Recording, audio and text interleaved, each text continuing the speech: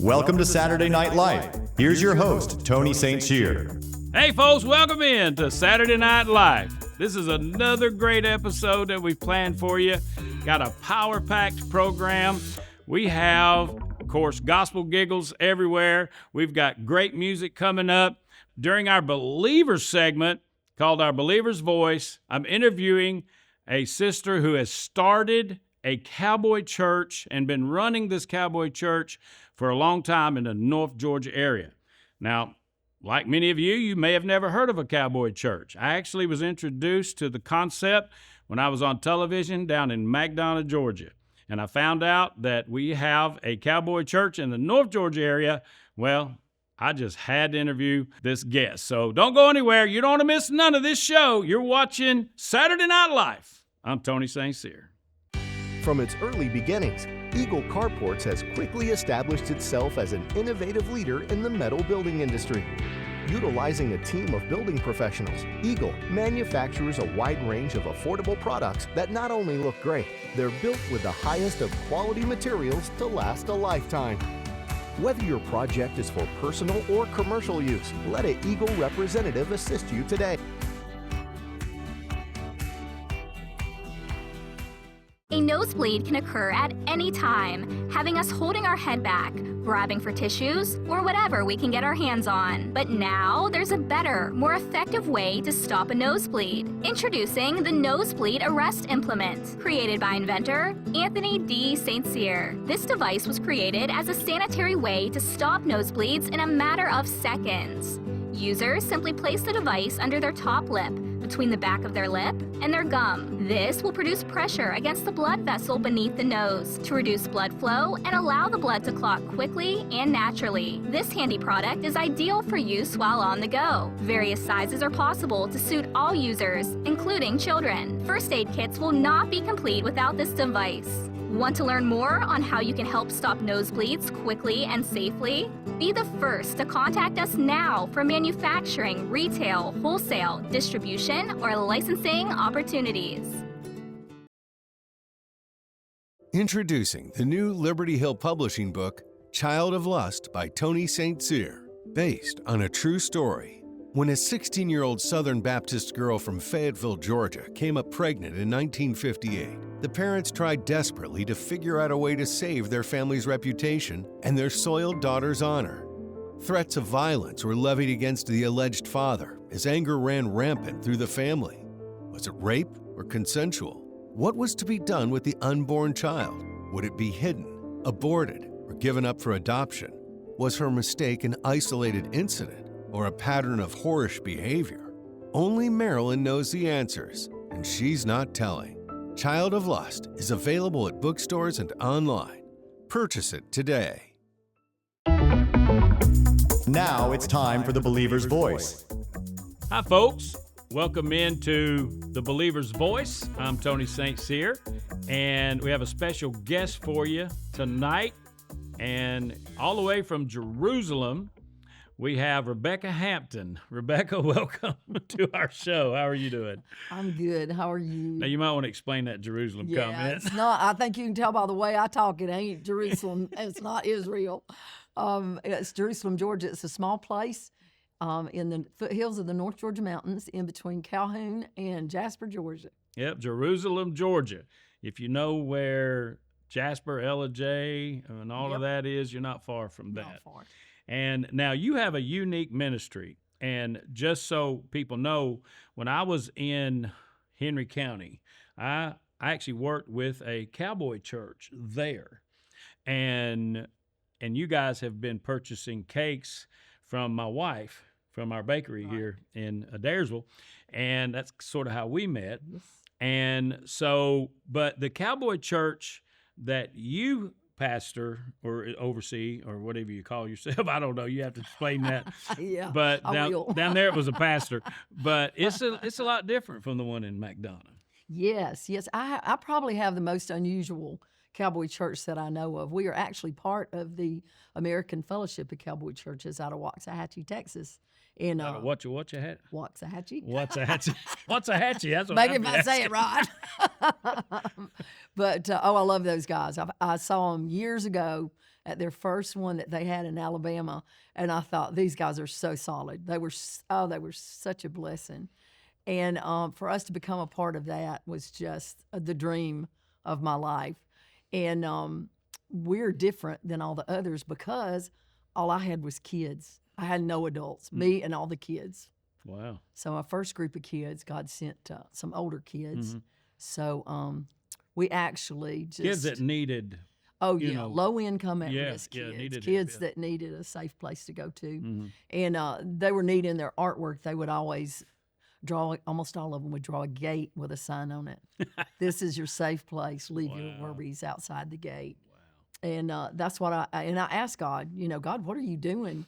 And He said, I want a safe place for these kids to come where they can receive love and no condemnation. Boy, the world will condemn you to death, won't it? Yeah. But they receive love, and it doesn't mean that we don't set the bar high, because we do, and we have rules that you have to go by, and they're really neat. I just let them be the rule makers and the rule keepers, and boy, they would take each other down if they didn't keep the rules. Squeal on each I didn't other, have to right? say anything; they'd take care of them. Now, how long has this ministry been in existence? Probably over 30 years. I know Wow. 30 plus years. I've had the Ranch of Hope and Healing. Started a youth program. When I moved up there, I realized there were so many kids. Oh, I just, my heart just went out to them. They had nowhere to go. If they didn't have a lot of money and couldn't afford to do sports, there was just nothing. A lot of chicken farms, a lot of trailers up there that, and a lot of kids that just needed somebody. And I realized they just want somebody to love them and listen to them. Right. Now, when you started, you had just like a handful, but now this thing has really grown exponentially, right? Yeah, I would get a few kids, and it was like word of mouth. They would tell their kids at school, there's food and there's horses. so you know, sometimes That's a good there'd be- combination, isn't it? Yeah, sometimes there'd be like 20 that would get off of the school bus and come to youth on Monday night. I always had it on Monday night, and they'd come down the driveway, and some of the boys would want to work. I'd let them put on a nail apron. There wasn't nothing they could do to hurt anything around there, so give them a nail apron and let them start nailing nails, and teach them the cowboy code, which is you just do the right thing. Do the right thing. Just do the right thing, and teach them how to ride, teach them how to be safe on the horses. That was part of their project, was to take care of the horses, to take care of the animals, feed them, and you know, I was amazed to see that they didn't know any of the stories, like Noah in the Ark, Daniel in the lion's den. It amazed me that this was America, this was Georgia, this was the foothills of the North Georgia mountains. Yeah, and they didn't know. And I think the one thing that touched me the most, at one time I had big old boys, and all ADHD, I might add. We stayed outside. But when I taught them about Joseph, they hung on every word. That's awesome. It was awesome. It was awesome. I enjoyed teaching them about Joseph, because they really, really just absorbed everything about him. Now, explain the church aspect of your ministry. Well, the Cowboy Church. Yes, I had so many kids that I couldn't get them all in the truck to take them to church. So God said, Cowboy Church. And I'm like, okay, God, what is Cowboy Church? So I told my neighbor, will you put Cowboy Church in the computer and see what comes up? I don't even think I had a Didn't even know computer at that time. I like to go to the barn. what it meant. I'd rather be at the barn than in front of a computer. Right. So he did, and he said, there's a whole bunch of them out in Texas. But he said there's 2 in Georgia, Cowboy Church in Lafayette, and then Brand of the Cross, Cowboy Church in Ringo. They weren't far from each other. Scott Brown has the Brand of the Cross. He had not really started yet So he actually came alongside of me and helped me, and he's a full gamut. I mean, he is a preaching machine. Yeah. He is an all-around cowboy. He writes songs. He's a singer-songwriter. There's nothing Wow. that boy can't do. He was awesome. So he was wonderful to come help me. But Cowboy Church in Lafayette was running 500 in a pole barn on Sunday morning. Wow. So I got my jeans and boots on and my hat and went to Cowboy Church, and it was wonderful. Now, you started an academy there, right? Yes. Yeah. Tell us Yes. about that. The next thing, the ranch has been going on for 30 plus years. Then we started the Cowboy Church, which has been going for about 12 years. Cowboy Church, 17 years. 17 years. And then the academy, when I realized that the kids would go home, they'd go back to public school, they'd get saved, give their life to Christ, go back home, go back to public school. You wouldn't even recognize them. Right. And I'm like, so God spoke to me that we need to we pour into them on Monday night. We teach them the word, but we needed them more. So we started the academy at Double H Ranch, and it's in its 12th season. How many grades do you serve? Kindergarten through 12th grade. Wow. Yeah. Yeah, Got a we've lot had of some workers and graduate. helpers there. Wow. We have dual enrollment through Truett McConnell University. Dr. Canner told me any of your kids want to come to Truett, you let me know and we'll make it happen. Wow. And he has. That's awesome. Yes, it is awesome. It is awesome. It's Now, do you have a region that you serve, or is anybody open? Anybody. Or anybody, anywhere. Most of those kids were ones that could get there on the bus. Mhm. Now, and again, we've got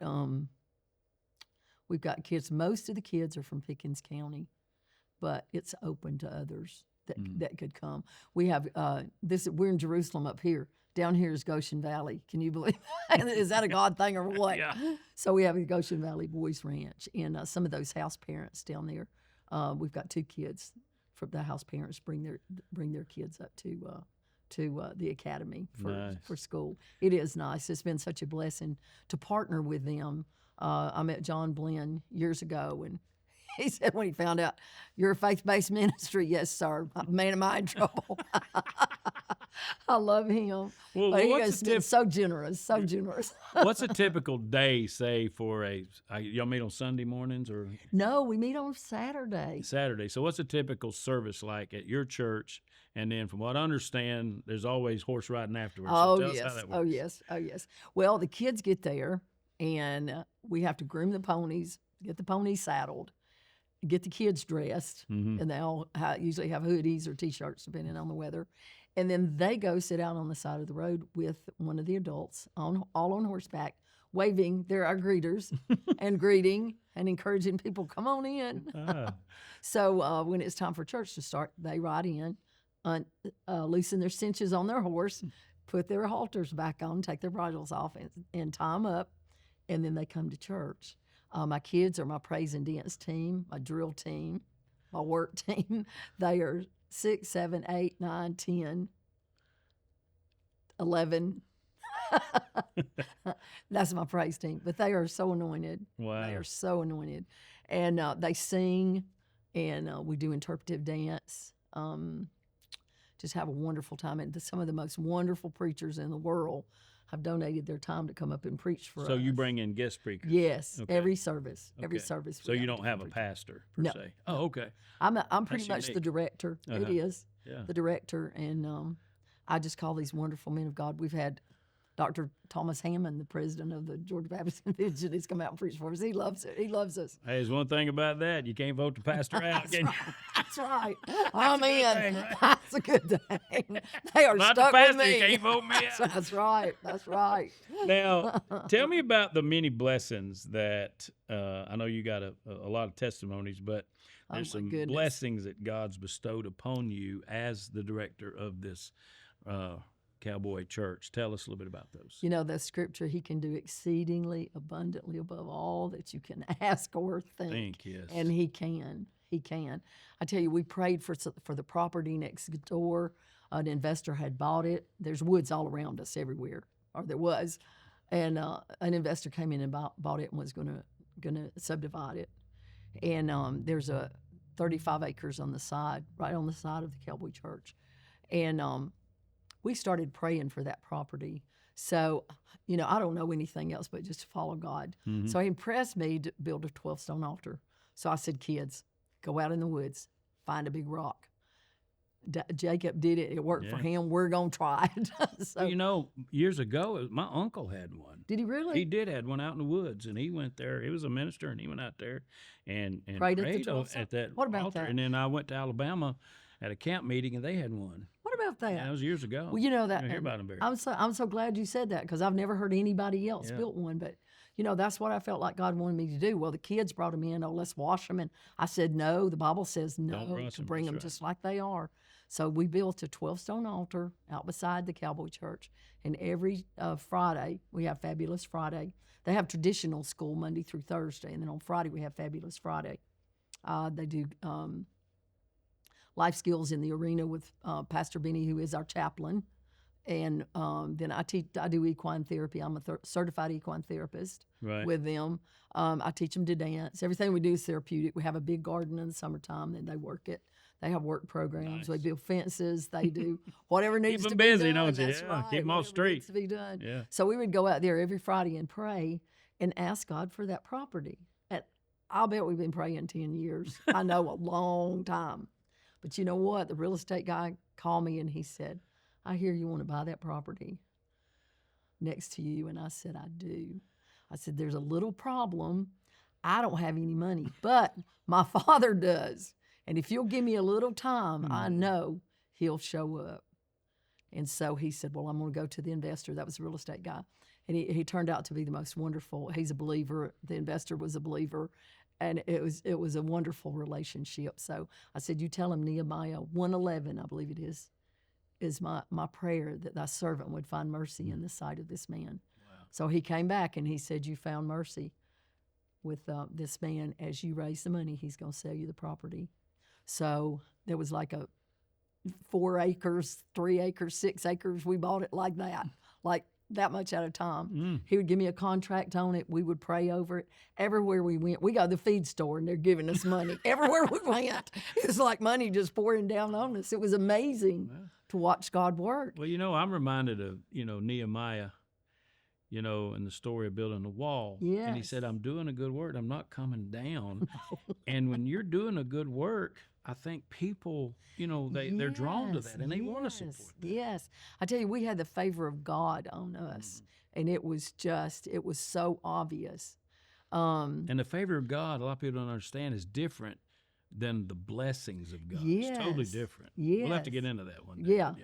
Yeah. That'll preach on that. Yeah, it will. Get my Baptist hack out. There you go. There's your gospel giggle for the day. But It was wonderful to watch God, and the kids would get so excited. I remember we needed $2,000, and we pulled up to the mailbox, and I opened it, and there was an envelope in there, and then one of the little girls said, "Mr. Becker, let me open it." I said, "Okay, here." She opened it, and there was 2 checks in there, one for 1,000, one for the. She said, "I just got to get out and run." how old was she? She was like 13. 13, man. So she just got out of the Can't get car, 30-year-olds just to run anymore. I know it. Over I know blessings, it. but It was so exciting to watch God just show up. And then we'd move that altar to another place and pray over it, and God would send the money. We'd go close on it, move it. And I moved it up to the top of the hill, and I was toying with the idea, God, do I just keep on? Or do I start trying to use the money for this property that we've already bought, when I knew that he had told me the property.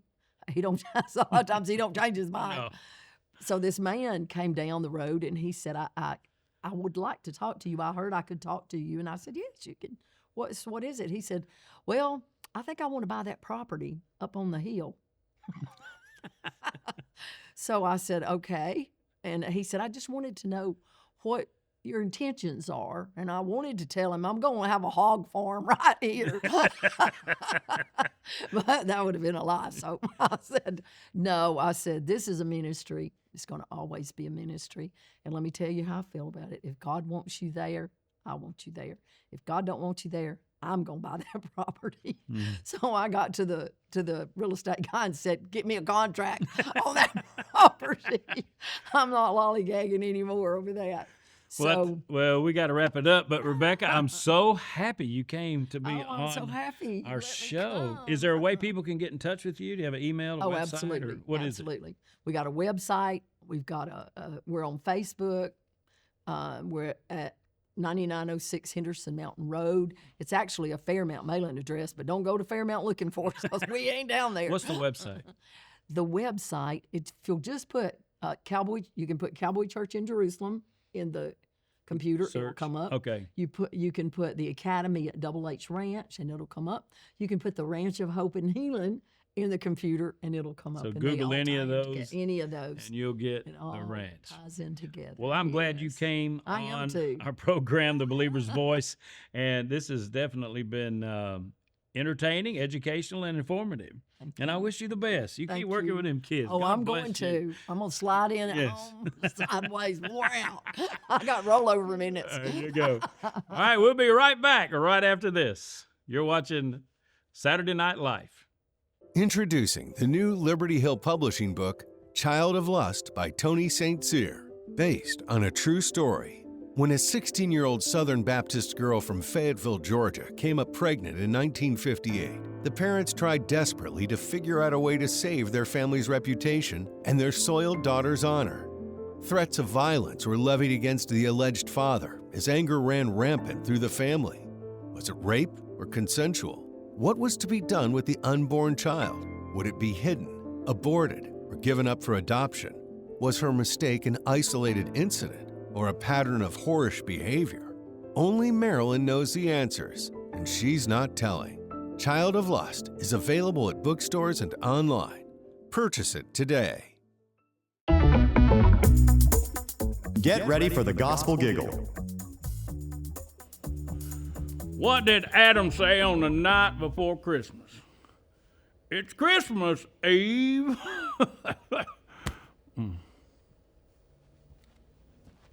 More Saturday Night Live coming right up. A nosebleed can occur at any time, having us holding our head back, grabbing for tissues, or whatever we can get our hands on. But now there's a better, more effective way to stop a nosebleed. Introducing the Nosebleed Arrest Implement, created by inventor Tony StCyr. This device was created as a sanitary way to stop nosebleeds in a matter of seconds.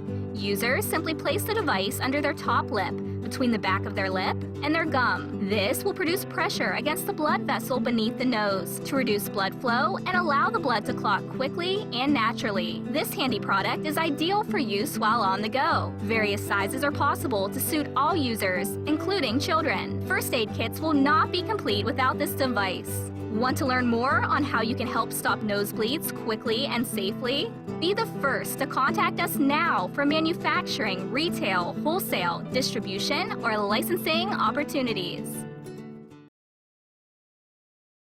From its early beginnings, Eagle Carports has quickly established itself as an innovative leader in the metal building industry. Utilizing a team of building professionals, Eagle manufactures a wide range of affordable products that not only look great, they're built with the highest of quality materials to last a lifetime. Whether your project is for personal or commercial use, let an Eagle representative assist you today.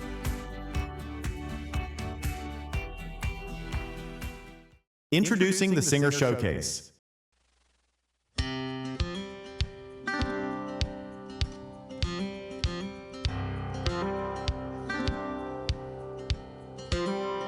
He grew up on a straw horse with a cap gun in his hand. In his dreams he must have fought every outlaw in the land. When he turned 18, he joined the rodeo. He went from town to town, breaking horses and bones. He must have won 1,000 trophies. Some say he was the best. He rode every bronc ever came out of the West.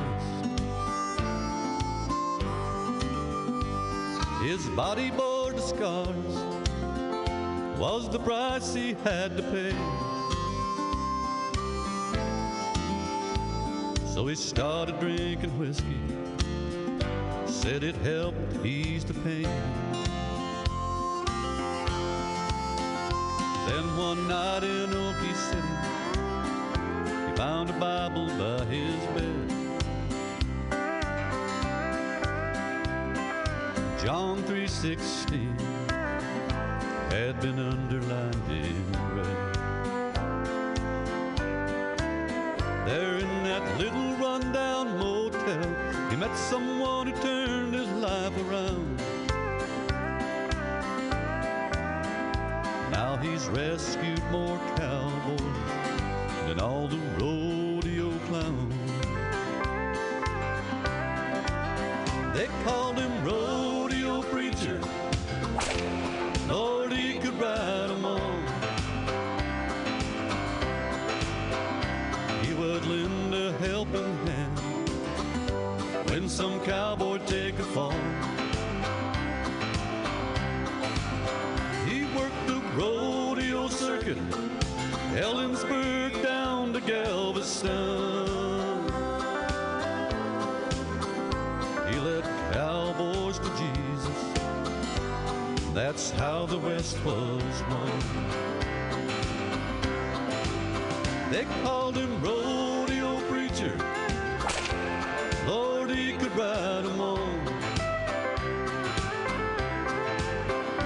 He would lend a helping hand when some cowboy take a fall. He worked the rodeo circuit, Ellensburg down to Galveston. He led cowboys to Jesus, that's how the West was won. Yeah, he led cowboys to Jesus, that's how the West was won.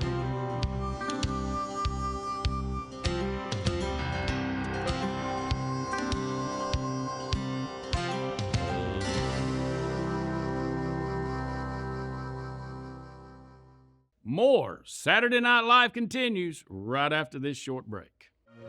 Every moment pushes you to your limits, but sometimes things don't go as planned. 1 in 4 sports injuries result in a bloody nose. That's why we created the Nose T. No more endless tissues or sitting out of the game. It stops nosebleeds in seconds. The Nose T, because every second counts. Now available at your local Walmart store or at thenosett.com. I'd like to ask you a question. Who in the Bible was the first person to use a weapon to defend their property against intruders? Have you ever thought of that? I've asked that question a lot, and I get Samson, I get Cain. But the actual first person in Scripture to use a weapon to defend their property against intruders was God. When he put Adam and Eve out of the garden, he set up a flaming sword at the entrance of the garden that turned every which way, as we say in the South, to protect his property. Now, if God can put up a weapon to defend his property, don't let the government tell you you don't have a right to defend yours. Until next time, I'm Tony StCyr.